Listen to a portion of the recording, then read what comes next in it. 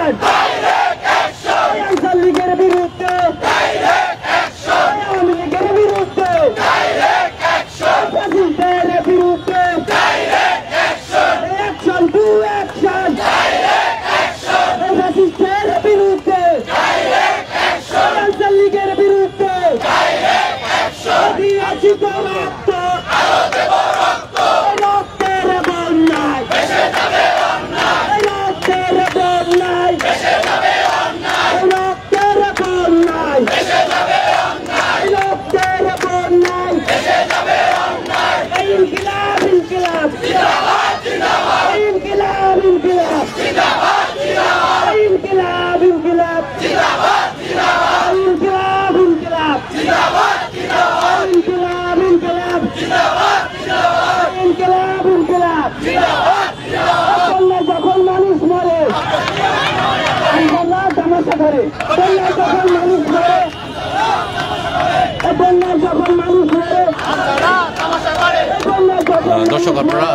দেখছিলেন ঢাকা বিশ্ববিদ্যালয়ের রাজু ভাস্কর্যের সামনে থেকে শিক্ষার্থীরা এই মুহূর্তে প্রতিবাদী বিক্ষোভ কর্মসূচি পালন করছে। বৈষম্য বিরোধী ছাত্র আন্দোলনের সমন্বয়কদের পক্ষ থেকে এই কর্মসূচি ঘোষণা করা হয় এবং এখানে গতকাল সচিবালয়ের সামনে যারা আনসার সদস্যদের যে অতর্কিত হামলার ঘটনায় যে শিক্ষার্থীরা আহত হয়েছে তাদের এই আহতের হামলার প্রতিবাদ জানিয়ে তারা আজকের এই কর্মসূচি পালন করছে এবং এখানে আমরা অন্যতম একজন সমন্বয়ক সার্জিস আলম এবং তিনি তার সঙ্গে রয়েছেন হাবিব আল হাসান এবং রয়েছেন আরো অন্যান্য সমন্বয়ক সদস্যরা এবং তারা এই মুহূর্তে তারা স্লোগানে স্লোগানে পুরো উত্তাল হয়ে উঠেছে রাজু ভাস্কর্যের কেন্দ্রীয় যে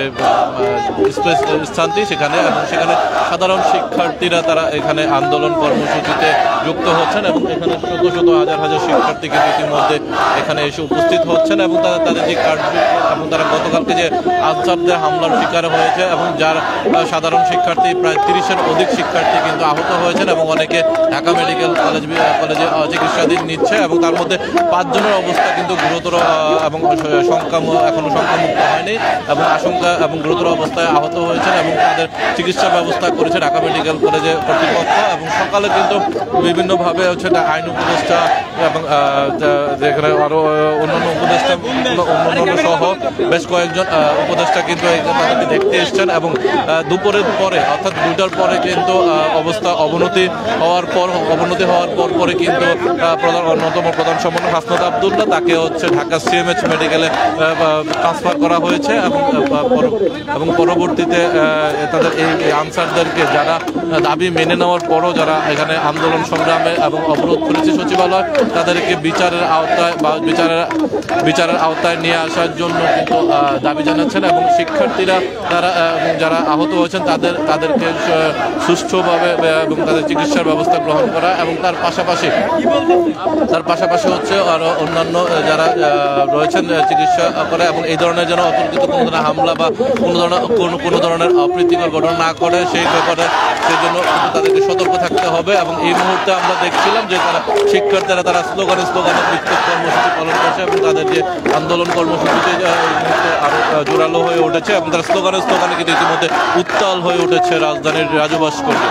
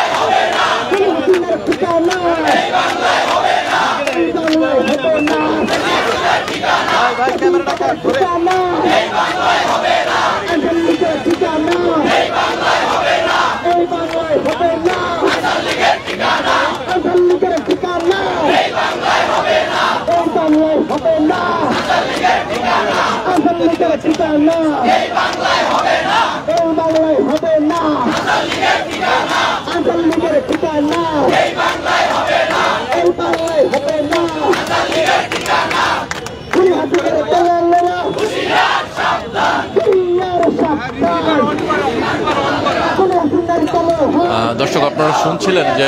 এখানে স্লোগানে কিন্তু ইতিমধ্যে উত্তাল হয়ে উঠেছে রাজধানীর রাজু ভাস্কর্য এবং সেখানে আনসার সদস্যদের সচিবালয়ের সামনে গতকাল রাতে যে অতর্কিত হামলার ঘটনা ঘটে এবং সেই যেখানে প্রায় 30 জনের বেশি শিক্ষার্থী আহত হয়েছেন সেই প্রতিবাদ জানিয়ে এবং তাদের সুষ্ঠু বিচারের দাবিতে এবং আনসারদের যে এই ধরনের ষড়যন্ত্র করেছে এবং দাবি মেনে নেওয়ার পরও তারা যে আন্দোলন করেছে এবং অবরোধ করেছে উপদেষ্টা সহ সমন্বয়কদের সেটির প্রতিবাদ জানিয়ে আজকে এই বিক্ষোভ কর্মসূচি পালন করছে এবং এই বিক্ষোভ কর্মসূচিতে তারা দাবি জানাচ্ছেন যে যারা আনসার যারা রয়েছেন তাদেরকে তদন্ত সাপেক্ষে বিচারের মুখোমুখি করা এবং এই ধরনের হামলার বিচার করা এবং যারা আহত হয়েছে আনসারদের যে হামলা যারা শিক্ষার্থীরা আহত হয়েছেন তাদের সুচিকিৎসা ব্যবস্থা করার জন্য এবং এটি হচ্ছে কেন্দ্রীয় বৈষম্য বিরোধী ছাত্র আন্দোলনের পক্ষ থেকে এই বিক্ষোভ কর্মসূচি পালন করছে এবং সেখানে ঢাকা বিশ্ববিদ্যালয় রাজু ভাস্কর্যের সামনে তারা এই মুহূর্তে সেই আন্দোলন কর্মসূচি এবং প্রতিবাদী বিক্ষোভ সমাবেশ করছে। আমরা আপনাদেরকে এখান থেকে সরাসরি যুক্ত করেছি ইত্তেফাক লাইভে এবং দেখানোর চেষ্টা করছিলাম এখানকার সার্বিক পরিস্থিতি এবং সর্বশেষ তথ্য আপনাদের জানানোর চেষ্টা করছি।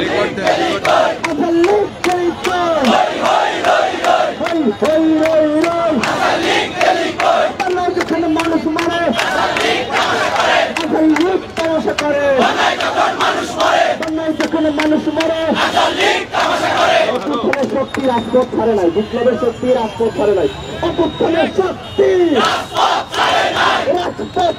নাই, বিপ্লবের শক্তি রাজপথ ছাড়ে নাই, বিপ্লবের শক্তি অভ্যুত্থানের শক্তি রাজপথ ছাড়ে নাই, অভ্যুত্থানের শক্তি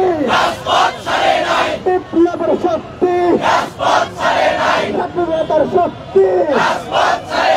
রাজপথ ছাড়ে নাই, বিপ্লবের শক্তি অভ্যুত্থানের শক্তি